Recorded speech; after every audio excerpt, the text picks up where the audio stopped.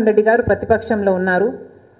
ప్రతిపక్షంలో ఉండి రాజశేఖర్ రెడ్డి గారు ఏ బీజేపీ పార్టీని అయితే వ్యతిరేకించారో అదొక రైటిస్ట్ పార్టీ కాబట్టి మతం పేరుతో చిచ్చు పెట్టి ఆ మంటలో చలి కాచుకోవడం బీజేపీ సిద్ధాంతం కాబట్టి రాజశేఖర్ రెడ్డి గారు అన్ని వేదికల మీద బీజేపీని వ్యతిరేకిస్తే అదే బీజేపీ పార్టీకి జగన్మోహన్ రెడ్డి గారు గులాంగిరి చేశారు. మోడీకి దత్తపుత్రుడిగా మారారు.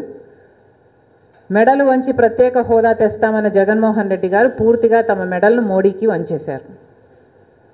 ఇప్పటి వరకు కూడా జగన్మోహన్ రెడ్డి గారు మోడీకి దత్తపుత్రుడుగానే వ్యవహరిస్తున్నారు. అధికారం లేనప్పటికీ కూడా ఇప్పటికీ బీజేపీకి వ్యతిరేకంగా జగన్మోహన్ రెడ్డి గారు ఏమీ మాట్లాడటం లేదు.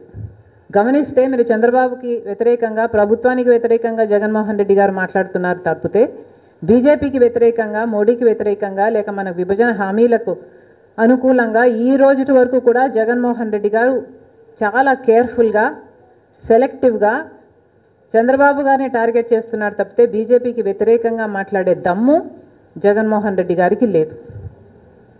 ఈ నేపథ్యంలో బీజేపీని వ్యతిరేకించగలిగిన నిజాయితీ ఉన్న ఏకైక పార్టీ కాంగ్రెస్ పార్టీగా మిగిలింది.